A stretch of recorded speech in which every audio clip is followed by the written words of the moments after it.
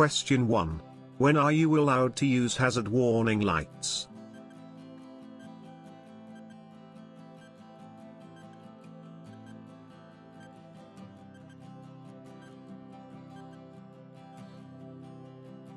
When stopped and temporarily obstructing traffic. Question 2.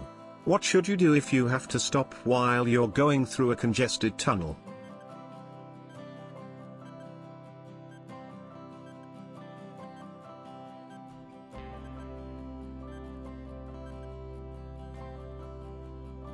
Keep a safe distance from the vehicle in front. Question 3.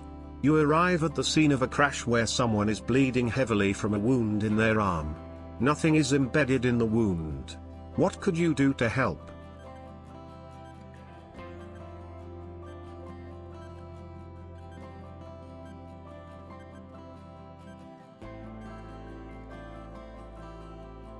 Apply pressure over the wound. Question 4.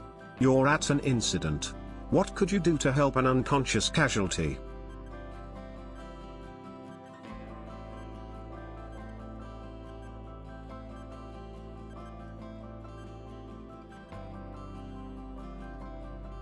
Check that they're breathing normally. Question 5. A casualty isn't breathing normally and needs CPR. At what rate should you press down and release on the center of their chest?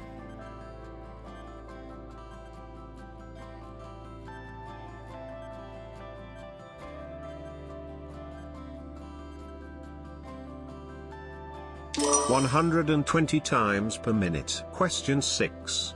Following a collision, a person has been injured. What would be a warning sign for shock?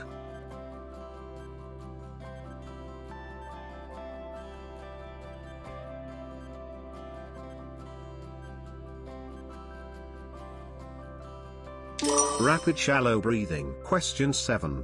An injured person has been placed in the recovery position. They're unconscious but breathing normally. What else should be done?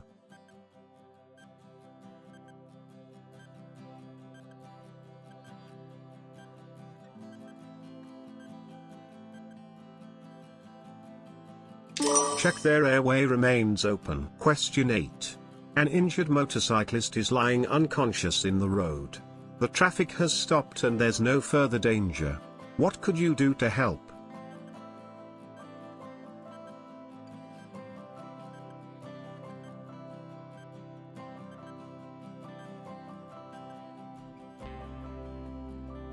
Seek medical assistance. Question 9. What should you do if you see a large box fall from a lorry onto the motorway?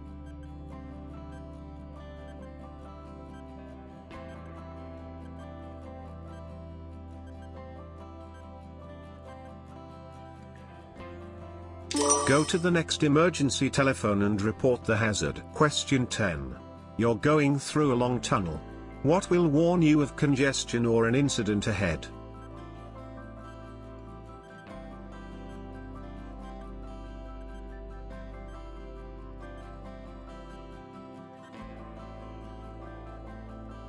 Variable message signs. Question 11. An adult casualty isn't breathing. To maintain circulation, CPR should be given. What's the correct depth to press down on their chest?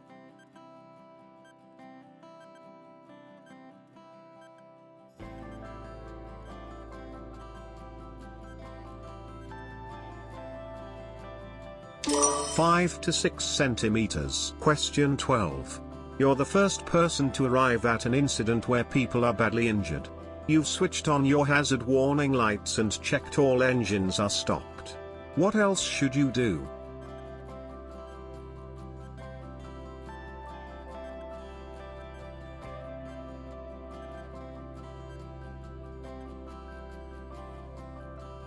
Make sure that an ambulance has been called. Question 13. You arrive at the scene of a motorcycle crash. The rider is injured. When should their helmet be removed?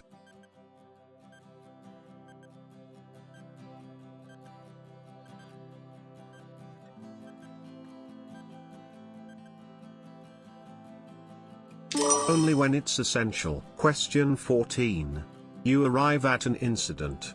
There's no danger from fire or further collisions and the emergency services have been called. What's your first priority when attending to an unconscious motorcyclist?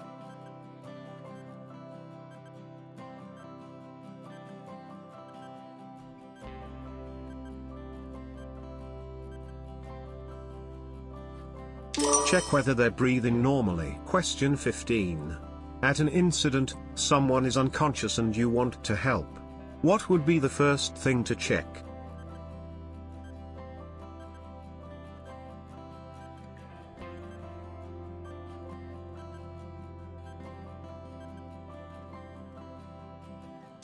Whether their airway is open. Question 16. What could you do to help injured people at an incident?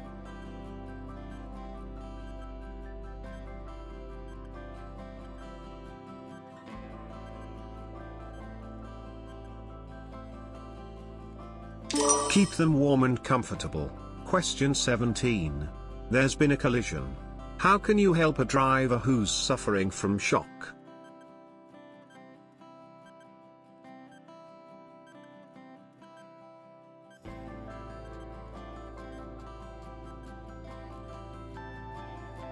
Reassure them confidently.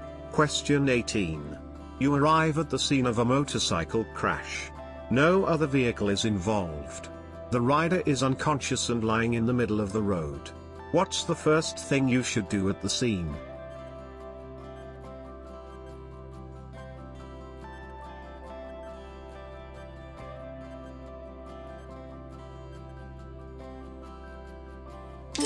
Warn other traffic. Question 19. At an incident, how could you help a small child who isn't breathing?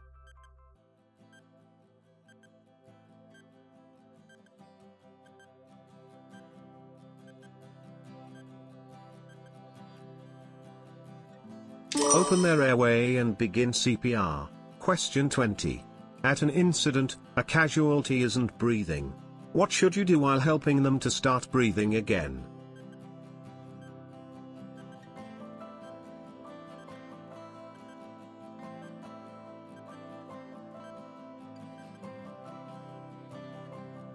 Open their airway. Question 21. At an incident, someone is suffering from severe burns. How could you help them?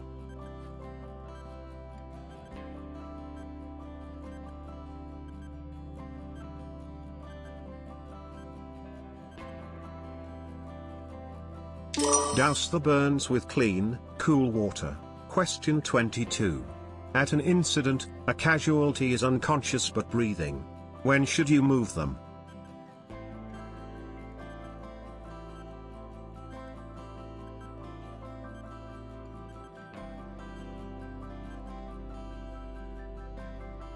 When there's a risk of further danger. Question 23. At an incident, it's important to look after any casualties. What should you do with them when the area is safe?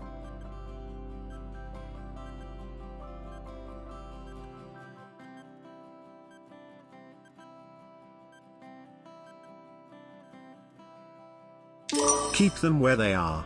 Question 24. Which sign shows that a tanker is carrying dangerous goods?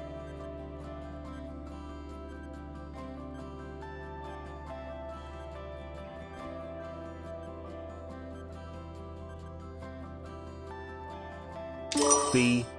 Question 25. Which document may the police ask you to produce after you've been involved in a collision?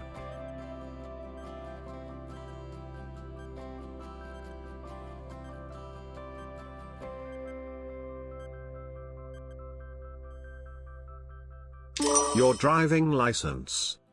Question 26. After a collision, someone is unconscious in their vehicle.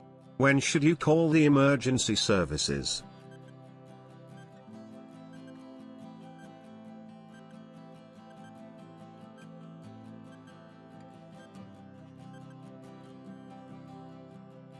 As soon as possible. Question 27. A collision has just happened. An injured person is lying in a busy road. What's the first thing you should do?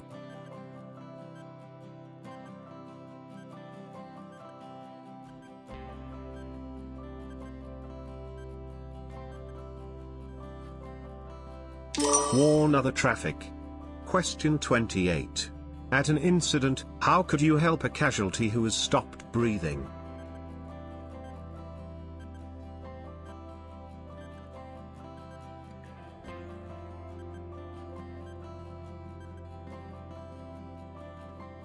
Follow the DVSA code. Question 29. You're at the scene of an incident. How could you help someone who's suffering from shock?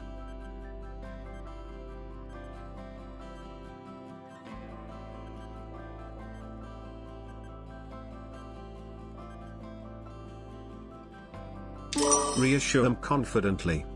Question 30. There's been a collision. A motorcyclist is lying injured and unconscious. Why should you only remove their helmet if it's essential?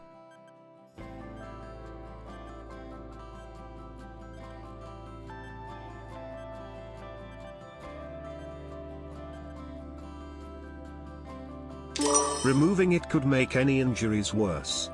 Question 31. You're on a motorway. When can you use hazard warning lights?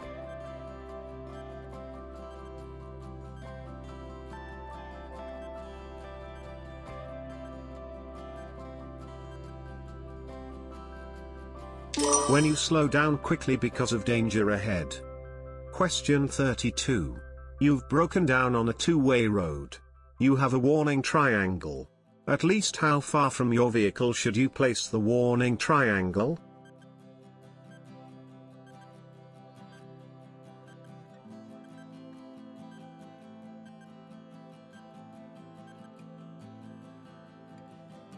"45 metros, 147 feet. Question 33. Your car breaks down on a level crossing. What's the first thing you should do?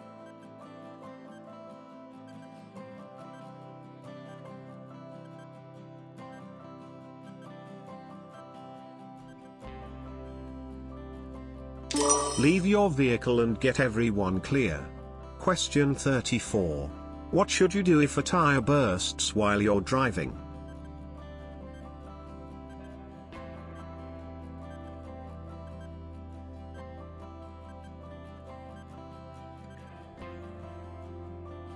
Pull up slowly at the side of the road. Question 35. What should you do if your vehicle has a puncture on a motorway?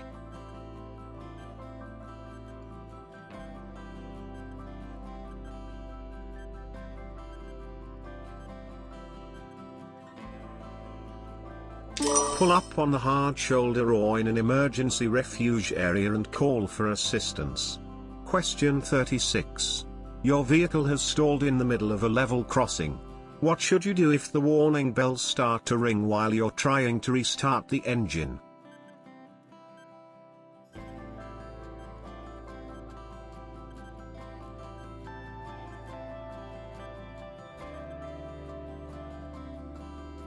Get out of the car and clear of the crossing. Question 37. What should you do before driving into a tunnel?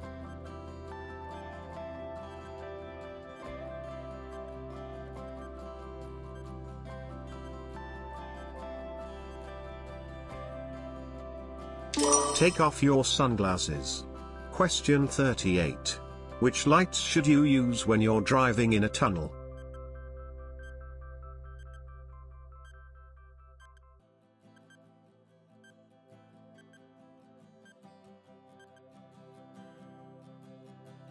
Dipped headlights. Question 39. What should you do to reduce the risk of your vehicle catching fire?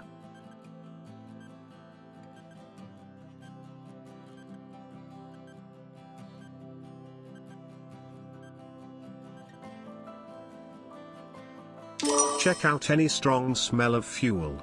Question 40. You're driving on the motorway. What should you do if luggage falls from your vehicle?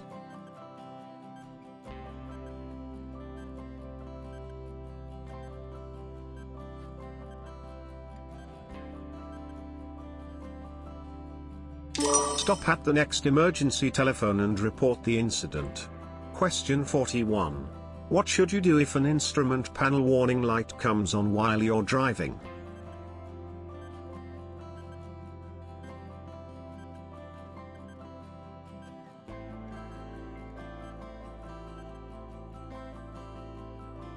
Check out the problem quickly and safely. Question 42. What should you do if your vehicle breaks down in a tunnel?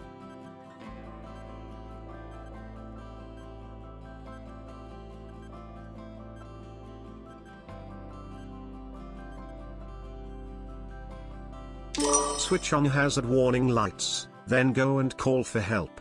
Question 43. What should you do if your vehicle catches fire while you're driving through a tunnel?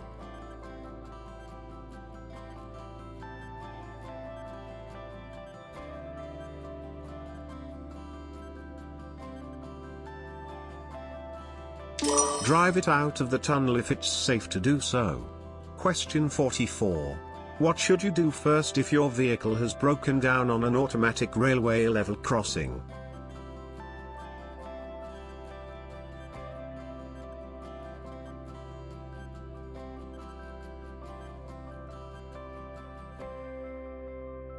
Get everyone out of the vehicle and clear of the crossing.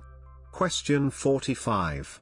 What's the first thing you must do if you have a collision while you're driving your car?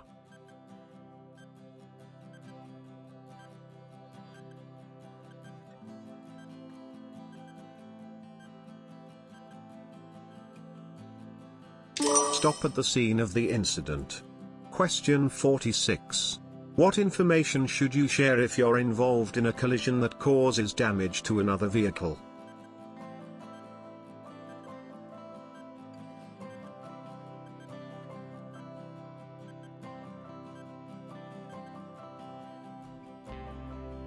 Your name, address and vehicle registration number.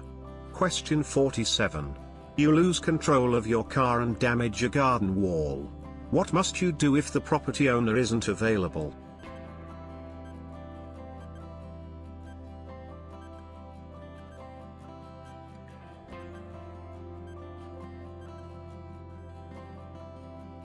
Report the incident to the police within 24 hours.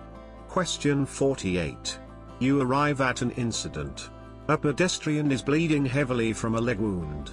The leg isn't broken and there's nothing in the wound. How could you help?